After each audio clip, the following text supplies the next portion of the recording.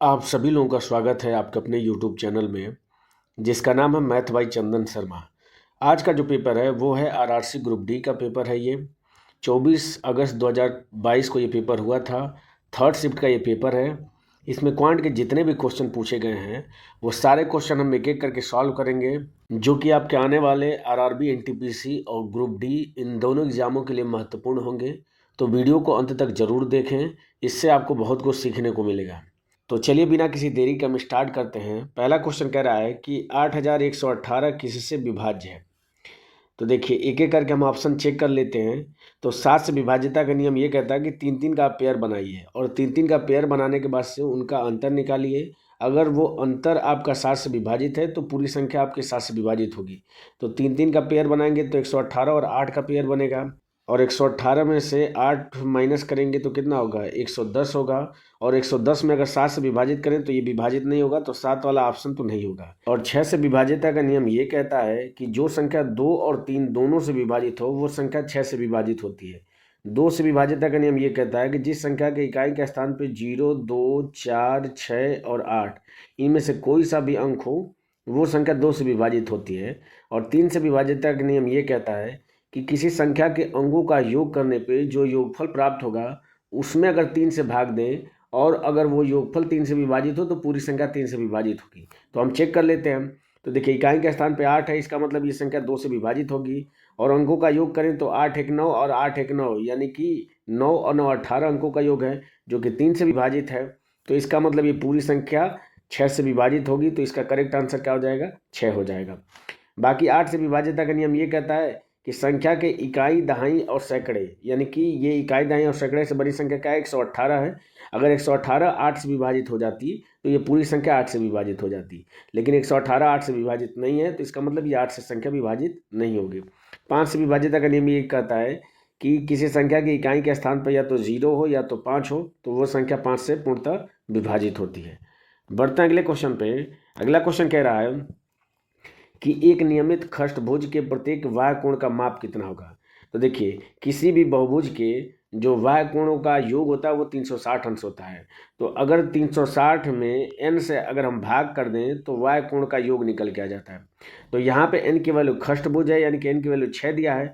तो अगर 360 में 6 से अगर हम भाग करेंगे तो वाह्य कोण का मान कितना निकल के आ जाएगा, तो 60 अंश निकल के आ जाएगा, जो कि ऑप्शन नंबर किस में दिया है, 1 में दिया। ये इसका करेक्ट आंसर हो जाएगा। बढ़ते हैं अगले क्वेश्चन पे। अगला क्वेश्चन कह रहा है कि 6 अंकों की वह सबसे छोटी संख्या ज्ञात कीजिए जो 8, 10, 12 और 16 से पूर्णतः विभाजित हो। तो इस तरीके के क्वेश्चन मैं करा चुका हूँ कि अगर वो संख्या 8, 10, 12 या 16 से विभाजित है, इसका मतलब जो इनके फैक्टर होंगे उससे भी वो संख्या विभाजित होगी।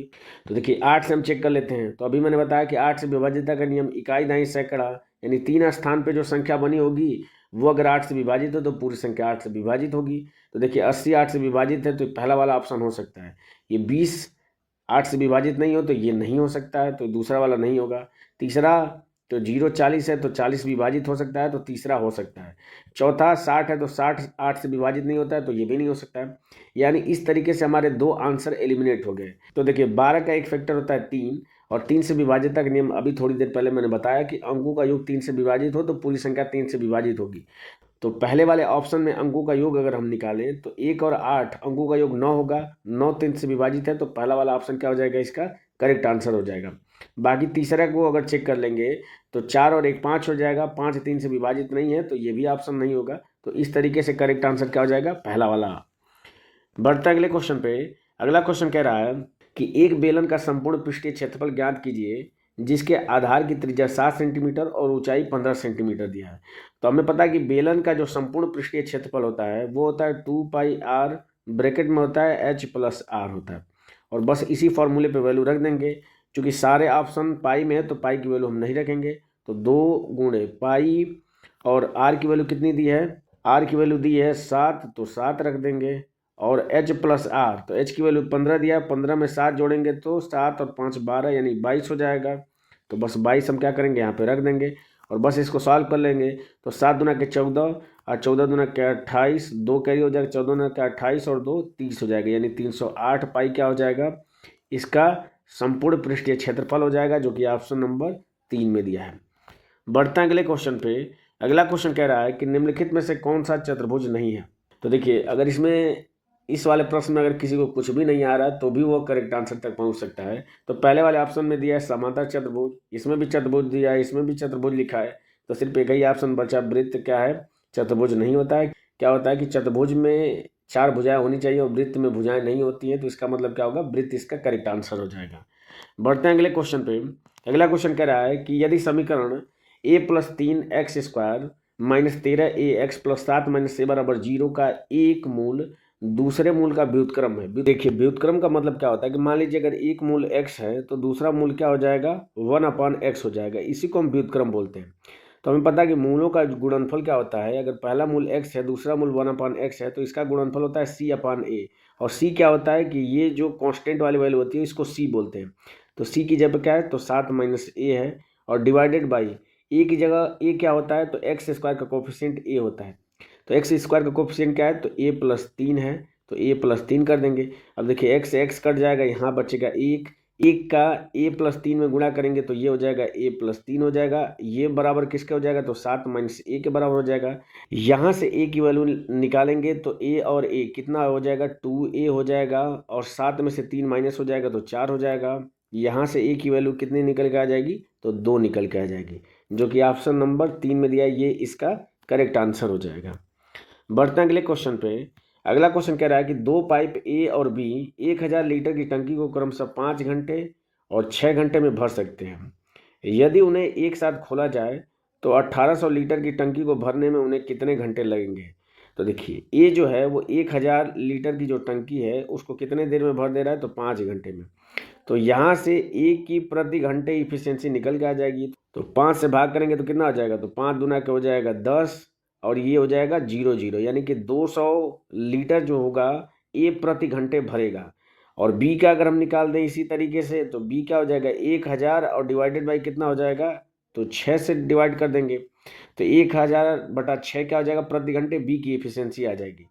तो अगर हम a प्लस बी यानी दोनों का अगर हम जोड़ दें तो प्रति घंटे कितना निकल के आ जाएगा, तो 200 में 1000/6 जोड़ेंगे तो 6 दूना के 1200, 1200 में 1000 जोड़ेंगे तो 2200 हो जाएगा, और नीचे क्या बच जाएगा, बटा 6 हो जाएगा। यानी कि 2200/6 लीटर जो पानी है वो प्रति घंटे a प्लस बी मिलकर भरेंगे।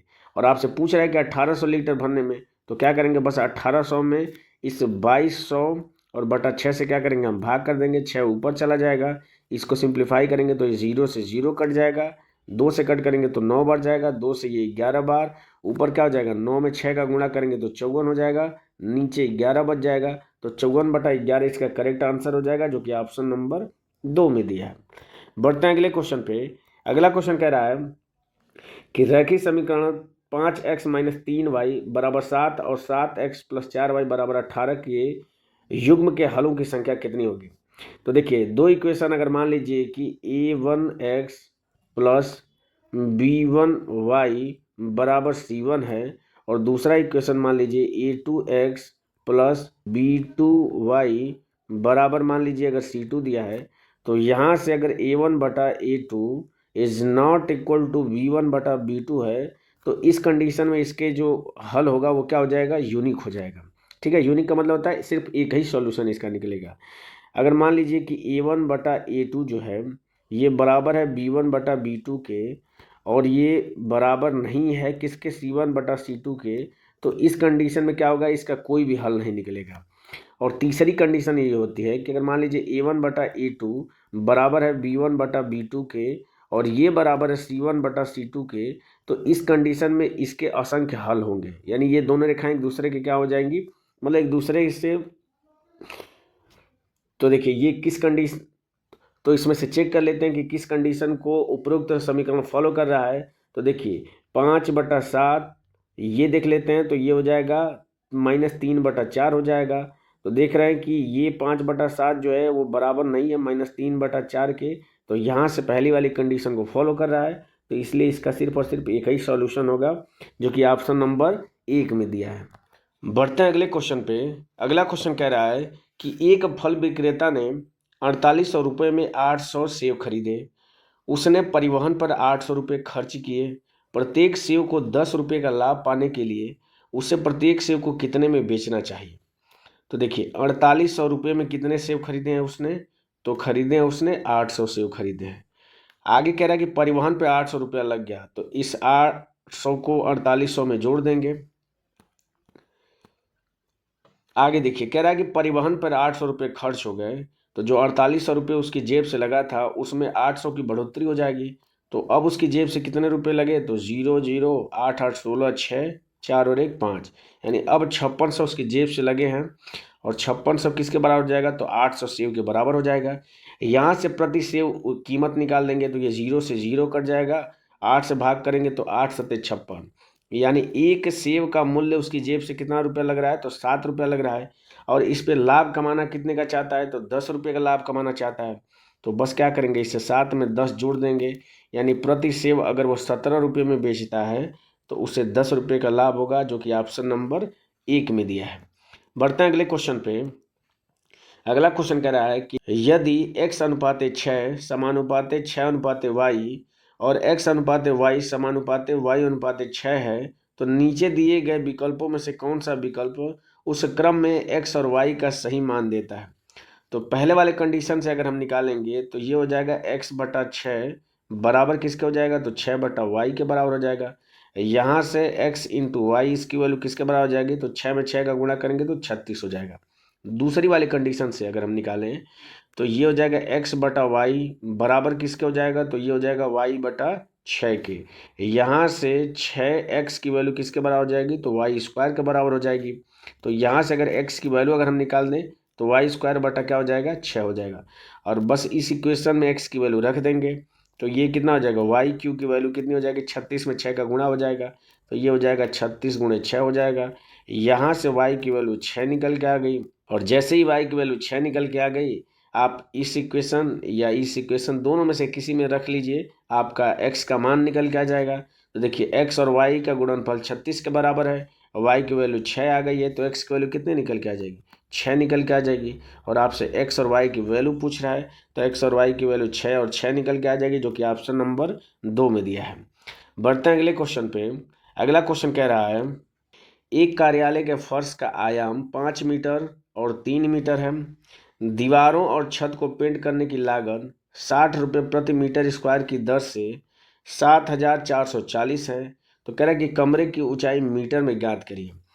तो देखिए टोटल जो खर्च लग रहा है वो लग रहा है 7440 रुपये का खर्च लग रहा है, और कह रहा है क्वेश्चन में कि 60 रुपये प्रति मीटर स्क्वायर। तो 60 से अगर भाग कर दें तो यहाँ से टोटल दीवार का खर्च निकल के आ जाएगा, जिन जिन दीवारों पे पेंट हुआ है इंक्लूडिंग छत। तो भाग कर दें तो ये देखिए 0 से 0 कट जाएगा, 6 से कट करेंगे तो 6 का में 6 1 14 6 दूना के 12 2 24 6 चौको 24, यानी कि 124 मीटर स्क्वायर का निकल के आ जाएगा, टोटल क्षेत्रफल निकल के आ जाएगा। अब देखिए अगर क्षेत्रफल निकालेंगे तो ये होता है 2 ब्रैकेट में LB प्लस BH और प्लस क्या होता है LH होता है। लेकिन यहाँ पे ध्यान देने वाली बात यह है कि जो फर्श है उस फर्श को पेंट नहीं किया जा रहा है, तो फर्श में क्या होता है, लंबाई और चौड़ाई होता है, यानी कि जो यहाँ से L और B होगा वो क्या हो जाएगा, माइनस हो जाएगा। ये किसके बराबर दिया है, तो 124 के बराबर दिया है। तो वैल्यू निकाल देंगे, तो L की वैल्यू दिया है 5 और B की वैल्यू दिया है 3, तो 5 ये हो जाएगा 15 और प्लस 2 इंटू B की वैल्यू दिया है 3 और H की वैल्यू मैं H मान लेता हूँ, तो कितना आ जाएगा 3H हो जाएगा, और प्लस L की वैल्यू दिया है 5 और H की वैल्यू H मैंने माना है, तो 5 दुना के 10H हो जाएगा। इसकी वैल्यू किसके बराबर हो जाएगी, 124 के। यहाँ से H की वैल्यू हम निकाल देंगे, तो 3 दुना के 6 और 10 में 6 जोड़ेंगे तो 16H बराबर किसके हो जाएगा, तो 124 में से 15 घटा देंगे, तो 124 में से 15 घटाएंगे तो 14 में से 5 जाएगा 9 हो जाएगा। यहाँ पे 1 बचेगा, 1 में से 1 घटाएंगे 0, यानी कि 109 हो जाएगा। तो यहाँ से H की वैल्यू निकालेंगे तो 109 में क्या करेंगे हम 16 से भाग कर देंगे, तो ये कितना हो जाएगा 16 छक्का 96 हो जाएगा, 4 9 4 13 हो जाएगा, 13 दशमलव बढ़ाएंगे तो 1 0 हो जाएगा 130, तो 16 8 128 हो जाएगा, यानी कि 6.8 के करीब आएगा, जो कि ऑप्शन नंबर 1 में दिया है। बढ़ते हैं अगले क्वेश्चन पे। अगला क्वेश्चन कह रहा है कि यदि दो संख्याओं का औसत 26 दिया है और उनमें से एक संख्या 12 है तो दूसरी संख्या ज्ञात करिए। तो औसत का मतलब क्या होता है कि दोनों को बराबर बराबर बांट देना। तो औसत अगर 26 है, इसका मतलब दोनों को 26-26 देना चाहिए था, लेकिन इसमें से क्या कह रहा है कि एक की वैल्यू आपको 12 दे दी गई है। तो ये 26 से 12 कितना कम है, तो ये 14 कम है। इसका मतलब जो दूसरा व्यक्ति होगा वो 26 न लेके इससे 14 अधिक लेके आया होगा। तो 26 में 14 अगर हम जोड़ेंगे तो आंसर क्या आ जाएगा, 40 हो जाएगा। यानी दूसरी संख्या क्या हो जाएगी, 40 हो जाएगी। आप इसको ओरली कर सकते हैं इस तरीके से, नहीं तो अगर आप करना चाहें तो औसत बराबर होता है पदों का योग बटा पदों की संख्या। अगर पहला पद मान लेता हूँ x है जिसकी वैल्यू हमें निकालनी है, और एक संख्या अगर 12 दिया है तो इन दोनों का योग निकाल दीजिए। पदों की संख्या 2 है, उससे भाग कर दीजिए, औसत के बराबर हो जाएगा। तो यहाँ से x + 12 इसकी वैल्यू क्या निकल के आ जाएगी, तो 26 दूना के 52 होता है, और 52 में से 12 अगर हम घटाएंगे तो यहाँ से भी x की वैल्यू 40 निकल के आएगी। तो आप दोनों में से किसी तरीके से आप कर सकते हैं, बशर्ते आंसर सही आना चाहिए आपको। बढ़ते हैं अगले क्वेश्चन पे। अगला क्वेश्चन कह रहा है कि निम्नलिखित बार ग्राफ दिए गए वर्षों के दौरान कपास के उत्पादन टन में हुई वृद्धि को दर्शाया गया है। ग्राफ का अध्ययन कीजिए और उसके आधार पर पूछे गए प्रश्नों के उत्तर दीजिए। आपसे प्रश्न पूछ क्या रहा है, 2017 की तुलना में 2020 में कपास के उत्पादन में लगभग कितने प्रतिशत की वृद्धि हुई।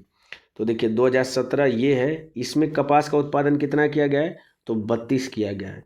और 2020 ये है, इसमें कपास का उत्पादन कितना किया गया है, तो 41 किया गया है। तो कितनी वृद्धि हुई है, तो 8 और 1 9 की वृद्धि हुई है। कितने पे, 32 पे। प्रतिशत में पूछ रहा है तो 100 से क्या करेंगे, हम गुणा कर देंगे। 4 से कट करेंगे तो 8 बढ़ जाएगा, ये 25 बढ़ जाएगा। 25 में 9 का गुणा करेंगे तो 25 9 225, इसमें 8 से हम भाग कर देंगे। तो 8 दूना के 16, 6 65, 8 3 64, 1 10, 8 1 में 8, यानी 28 दशमलव समथिंग करके आना चाहिए। और 28.12 ऑप्शन नंबर 4 में दिया है, तो ये इसका क्या हो जाएगा, करेक्ट आंसर हो जाएगा। बढ़ते हैं अगले क्वेश्चन पे।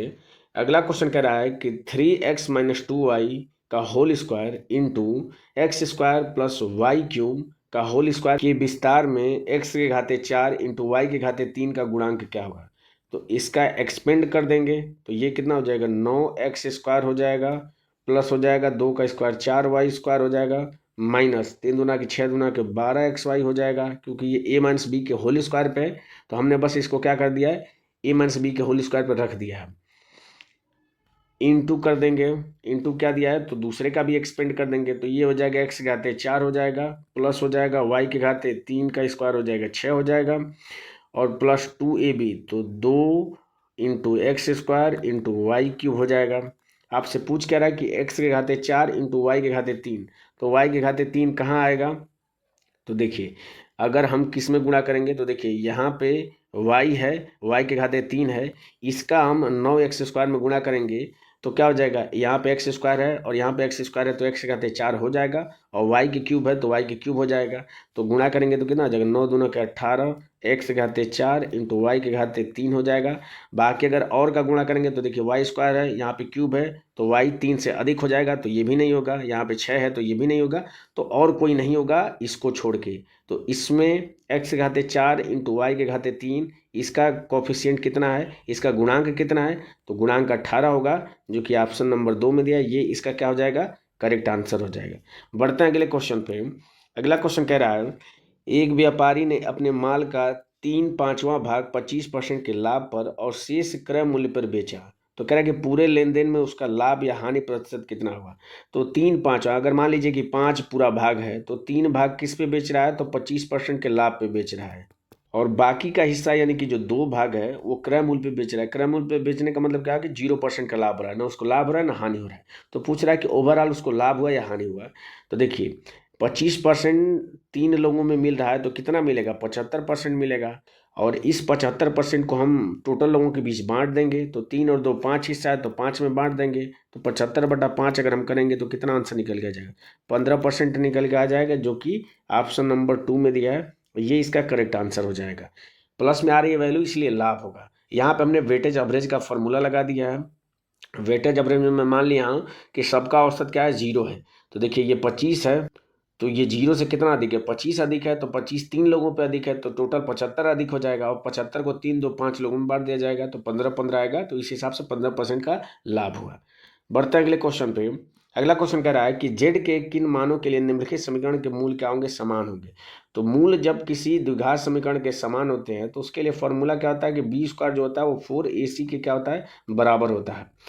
तो यहाँ से b क्या होता है, b जो होता है वो x का कोफिशिएंट b होता है। तो x का कोफिशिएंट क्या है, z+1 है, इसका होल स्क्वायर किसके बराबर हो जाएगा, तो 4 इंटू ए की जगह पे क्या है, तो ए एक्स स्क्वायर का कोफिशिएंट होता है। तो z+4 है तो z+4 रख देंगे, इंटू सी की जगह पे क्या है, 1 है, तो क्या कर देंगे, इंटू 1 कर देंगे और बस इसको सॉल्व कर देंगे। आपसे z की वैल्यू पूछ रहा है तो इसको करेंगे तो कितना आ जाएगा, ये z² प्लस 1 और प्लस 2ab तो 2z हो जाएगा, बराबर किसके हो जाएगा, तो 4z और प्लस 4 में 4 का गुणा करेंगे तो 16। यहाँ से क्या हो जाएगा, तो z²। अब इस 4z को इधर लाएंगे तो माइनस हो जाएगा, उसमें से 2z घट जाएगा तो कितना हो जाएगा, माइनस का 2z हो जाएगा और 16 में से 1 घट जाएगा तो -15, बराबर किसके हो जाएगा, 0 के। तो यहाँ से द्विघात समीकरण बन गया। इस द्विघात समीकरण को सॉल्व करने की ट्रिक मैं बता चुका हूँ, मैं यहाँ पे डायरेक्ट वो यूज करूँगा वो ट्रिक। तो 15 को 2 हिस्सों में तोड़ेंगे कि जोड़ने और घटाने पे 2 के बराबर है, तो क्या हो जाएगा, 5 और 3 हो जाएगा। 5 में 3 का गुणा करेंगे 15 और 5 में से 3 घटाएंगे तो 2 होगा। तो चूंकि माइनस में 2 है तो इसीलिए 5 माइनस में होगा और 3 क्या होगा, प्लस में होगा। अब चूंकि ये बराबर के इधर है, बराबर के जब उस साइड लेके जाएंगे तो माइनस का प्लस हो जाएगा, प्लस का माइनस हो जाएगा, तो ये -5 + 5 होगा और +3 -3 हो जाएगा। लास्ट स्टेप क्या करते हैं, जो z² का कोफिशिएंट है उससे भाग कर देंगे।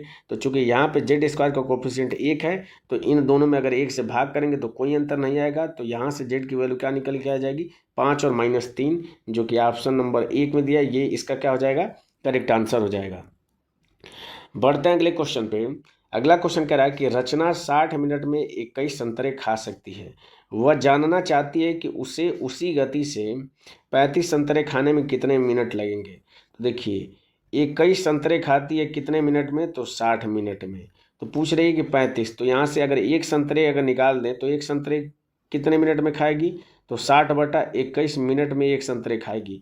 पूछ रहा है कि 35 संतरे, तो 35 क्या करेंगे, 35 की वैल्यू निकालने के लिए 60/21 इसमें क्या करेंगे, हम 35 से गुणा कर देंगे। तो 7 से कट करेंगे तो 7 × 5 = 35, 7 × 3 = 21 हो जाएगा, 3 से कट करेंगे तो 20 बार जाएगा, 20 में 5 का गुणा करेंगे तो 100 मिनट आ जाएगा। यानी 100 मिनट में कितने संतरे खा सकती है, 35 संतरे खा सकती है, जो कि ऑप्शन नंबर 1 में दिया है। बढ़ते हैं अगले क्वेश्चन पे। अगला क्वेश्चन कह रहा है कि 2 पाइप ए और बी एक टंकी को क्रमशः 15 घंटे और 20 घंटे में भर सकते हैं, जबकि तीसरी जो पाइप है सी पूरी टंकी को 30 घंटे में खाली कर सकती है। यदि तीनों पाइप एक साथ चालू करते हैं तो शुरू में खाली टंकी को कितने समय में भरा जा सकता है। तो देखिए ए कह रहा है कि 15 घंटे में भर सकता है, बी जो है वो 20 घंटे में भर सकता है, और जो सी है वो खाली करने वाली पाइप है तो कितने समय में खाली कर रही है, तो 30 घंटे में। तो इसका माइनस लेंगे, क्योंकि खाली कर रही है तो इसलिए माइनस में लेंगे। इन तीनों का एलसीएम क्या निकल के आ जाएगा, तो 60 निकल के आ जाएगा। 15 से करेंगे तो 4 बार जाएगा, 20 से करेंगे तो 3 बार और 30 से करेंगे तो 2 बार। यानी कि 4 यूनिट ए की एफिशिएंसी आ गई, 3 बी की आ गई और सी की जो कि खाली कर रहा है उसकी एफिशिएंसी आ गई 2। तो अगर तीनों की एफिशिएंसी अगर हम निकालेंगे तो यहाँ से ए प्लस बी प्लस सी की एफिशिएंसी कितनी निकल के आ जाएगी, तो 4 में 3 जोड़ेंगे तो 7 और 7 में से 2 माइनस करेंगे तो 5 हो जाएगा। अब इस 5 एफिशिएंसी से टोटल जो वर्क है वो 60 है, इसको करने में कितना समय लगेगा, तो बस क्या करेंगे 60 में 5 से भाग कर देंगे। तो 5 से भाग करेंगे तो कितनी बच जाएगा, 12 घंटे में क्या हो सकता है, इस तरीके से टंकी को भरा जा सकता है, जो कि ऑप्शन नंबर 4 में 12 घंटे दिया, ये इसका करेक्ट आंसर हो जाएगा। बढ़ते हैं अगले क्वेश्चन पे। अगला क्वेश्चन कह रहा है कि निम्न तालिका दिए गए वर्षों में विश्वविद्यालय ए बी सी और डी द्वारा साक्षात्कारकृत और चयनित छात्रों की संख्या को दर्शाता है।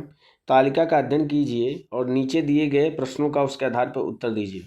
प्रश्न आपसे पूछ क्या रहा है कि दिए गए वर्षों के दौरान विश्वविद्यालय सी में चयनित हुए छात्रों की कुल संख्या, तो सी ये है, चयनित होने वाले छात्रों की संख्या ये है, और उन्हीं वर्षों के दौरान साक्षात्कारकृत छात्रों की संख्या जो कि ये है। पूछ रहा है कि कुल संख्या का लगभग कितने प्रतिशत है। तो पहले क्या करेंगे, चयनित होने वाले छात्रों की संख्या का योग निकाल देंगे, फिर साक्षात्कारकृत वाले छात्रों की संख्या का योग निकाल देंगे और क्या करेंगे, प्रतिशत निकाल देंगे। तो योग निकालते हैं तो देखिए 1000, ये 1000 इसको मान लेते हैं, सबको 1000 मान लेते हैं। और ये जो 200 1200 में एक्स्ट्रा है इसको 800 में जोड़ देंगे तो ये भी 1000 हो जाएगा। तो इस तरीके से 1000, 2000, 3000, 4000, 5000 हो जाएगा। और ये 100 और 100 200 हो जाएगा, और ये 20 एक्स्ट्रा है तो 5000 और ये 200 यानी कि 5220 क्या हो जाएगा, चयनित होने वाले छात्रों संख्या का योग निकल के आ जाएगा। इसी तरह साक्षात्कारकृत वाले छात्रों का योग निकाल देंगे। तो इनको जोड़ लेते हैं तो ये हो जाए 18, 18 दूना के 36, 18 3 54, इसको भी 18 का मान ले तो 18 चौक 72, 73 74, 75 76 77, और 77 में 10 जोड़ेंगे तो 87, यानी ये हो जाएगा 8700 हो जाएगा। प्रतिशत पूछ रहा है तो 100 से क्या करेंगे, हम गुणा कर देंगे। बस इसको सिंप्लीफाई कर लेंगे तो ये 0 से 0 कट जाएगा, 3 से कट करेंगे तो 3 दूना के 6, 2 27, 3 9 27, ऊपर को करेंगे तो 3 एकम में 3, 2 22, 3 सत्ते 21, 1 12, 3 चौको 12, यानी 174 हो जाएगा। और 0 उसके साथ लग जाएगा। 29 को अगर 30 मान लें तो 3 6 18, 180, 6 कट जाएगा 174, यानी कितनी बार जाएगा, ये 6 बार चला जाएगा। तो क्या हो जाएगा, ये 6 हो जाएगा, एक 0 है तो 60 हो जाएगा, यानी 60% क्या हो जाएगा, लगभग में हो जाएगा, जो कि ऑप्शन नंबर 4 में दिया है, ये इसका करेक्ट आंसर हो जाएगा। बढ़ते हैं अगले क्वेश्चन पे। अगला क्वेश्चन कह रहा है कि sine square theta minus sine 4 घात theta plus 1 divided by 1 minus sine square theta plus 1 minus tan square theta minus 10 पे 4 घात theta divided by 1 plus 10 square theta का मान क्या होगा, ये आपको बताना है। तो देखिए, इसको बेसिक तरीके से भी आप कर सकते हैं, वैल्यू पुटिंग से भी आप कर सकते हैं। तो मैं वैल्यू पुटिंग से करता हूँ। तो यहाँ पे मैं मान लेता हूँ थीटा की वैल्यू 45 अंश मान लेता हूँ। ठीक है, हमें ऐसी वैल्यू माननी है कि 0/0 का फॉर्म ना हो या नॉट डिफाइन वाला फॉर्म ना बने। उसके अलावा कोई भी वैल्यू आप मान के सॉल्व कर सकते हैं, आपका आंसर सही आएगा। तो 45 अंश मानेंगे तो साइन 45 अंश का मान होता है 1/2 में 2। स्क्वायर करेंगे तो क्या हो जाएगा, 1/2 हो जाएगा। माइनस 4 घात है तो 1 कितना हो जाएगा, 4 हो जाएगा। और प्लस 1 हो जाएगा, डिवाइडेड बाई क्या हो जाएगा, 1 माइनस 1/2 हो जाएगा। प्लस हो जाएगा 1 माइनस टेन 45 अंश का मान 1 होता है, माइनस ये 1 हो जाएगा, डिवाइडेड बाई 1 प्लस 1 हो जाएगा। बस इसको सॉल्व कर देंगे तो 1/2 में से 1/4 माइनस करेंगे तो कितना हो जाएगा, 1/4 हो जाएगा। प्लस 1 डिवाइडेड बाई 1 में से 1/2 घटाएंगे तो 1/2 हो जाएगा। और प्लस ये हो जाएगा 1 से 1 ये कट जाएगा, यानी कि -1 और डिवाइडेड बाई 1 प्लस 1 2 हो जाएगा। इसको सॉल्व करेंगे तो कितना आ जाएगा, 4 में 4 और 1 5/4 हो जाएगा। और नीचे क्या है, तो नीचे 1/2 है, माइनस क्या हो जाएगा, 1/2 हो जाएगा। ये देखिए 2 से कट करेंगे तो ये 2 बढ़ जाएगा, यानी यहाँ से निकल के आ जाएगा 5/2 माइनस 1/2, घटाएंगे तो 4/2 हो जाएगा। और 4/2 को सिंप्लीफाई करेंगे तो आंसर क्या निकल के आ जाएगा, 2 निकल के आ जाएगा, जो कि ऑप्शन नंबर 1 में दिया है। तो ये इसका क्या हो जाएगा, करेक्ट आंसर हो जाएगा। बढ़ते हैं अगले क्वेश्चन पे। अगला क्वेश्चन कह रहा है कि एक पिता की आय उसके पुत्र की आय से 7 गुनी है। तो पिता अगर फादर F मानता हूँ, सन S मानता हूँ, तो अगर पिता की 7 है तो बेटे की कितनी है, 1 है, 7 गुनी है। कह रहा है कि अब से 3 वर्ष बाद, तो ये क्या होता है, अब से 3 वर्ष बाद ये पिता की जो आय है उसके पुत्र की आय से 5 गुनी हो जाती है। यानी कि अगर पिता की आय 5 है तो पुत्र की आय कितनी हो जाएगी, 1 हो जाएगी। तो पूछ रहा है कि पिता की वर्तमान आयु कितनी होगी। तो मैं आपसे इस तरह के क्वेश्चन कराते समय हर बार बताता हूँ कि जो इनके बीच का जो आयु में अंतर होगा वो हमेशा बराबर होता है, चाहे वर्षों की संख्या कितनी भी अधिक बढ़े। तो देखिए यहाँ पे इसके बीच का अंतर 6 है, यहाँ पे कितना है, तो यहाँ पे 4 है। तो इससे 6 और 4 को बराबर करना पड़ेगा। बराबर करने के लिए क्या, इसका एलसीएम ले लेंगे, एलसीएम लेंगे तो 12 हो जाएगा। तो 6 को 12 करने के लिए ऊपर 2 से गुणा कर देंगे, और इसको 12 करने के लिए क्या करेंगे, हम 3 से गुणा कर देंगे। तो जो नया अनुपात निकल के आ जाएगा वो निकल के आ जाएगा 7 दूना के 14, और ये 2 हो जाएगा। और ये हो जाएगा 3 5 15, और ये हो जाएगा 3 कम में 3 हो जाएगा। अब देखिए इनके बीच का जो अंतर है वो क्या है, बराबर है, क्योंकि 14 में से 2 घटाएंगे तो 12 हो जाएगा, और 15 में से 3 घटाएंगे तभी भी आपका 12 हो जाएगा। तो देखिए 2 से 3 होने में कितना बढ़ रहा है, तो ये 1 बढ़ रहा है। और इस 1 की वैल्यू आपको क्वेश्चन में दिया कितना है, कि 3 वर्ष बाद, तो 3 दिया है। आपसे पूछ क्या रहा है कि पिता की वर्तमान है, तो पिता की वर्तमान क्या हमने माना है, तो 14 माना है। तो जब अगर 1 की वैल्यू 3 है तो 14 की वैल्यू कितनी हो जाएगी, तो 14 3 42 हो जाएगी, यानी कि 42 वर्ष उसके पिता की उम्र हो जाएगी, जो कि ऑप्शन नंबर 4 में दिया, ये इसका करेक्ट आंसर हो जाएगा। बढ़ते हैं अगले क्वेश्चन पे। अगला क्वेश्चन कह रहा है कि 156.025 प्लस 251.216 माइनस 52.156 का मान ज्ञात कीजिए। तो अगर हम ऑप्शन पे अगर ध्यान दें तो सारे ऑप्शन काफ़ी दूर दूर हैं। 302 है, 355 है, 332 है, 326 है। तो जो ऊपर वाली वैल्यू है उसको अप्रोक्सीमेट मान के सॉल्व कर लेंगे।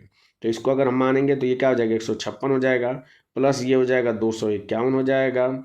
अब माइनस इसमें से कितना कर देंगे तो ये हो जाएगा 52 हो जाएगा। घटा देते हैं तो देखिए 251 में से 52 घटाएंगे तो 199 हो जाएगा। और 156 में 199 क्या करेंगे हम जोड़ देंगे। तो 156 में 199 जोड़ेंगे तो 9 6 15 को 5, एक कैरी हो जाएगा, 9 5 14, एक 15 को 5, एक कैरी हो जाएगा, एक एक 2 और एक 3, यानी 355 दशमलव समथिंग करके आना चाहिए।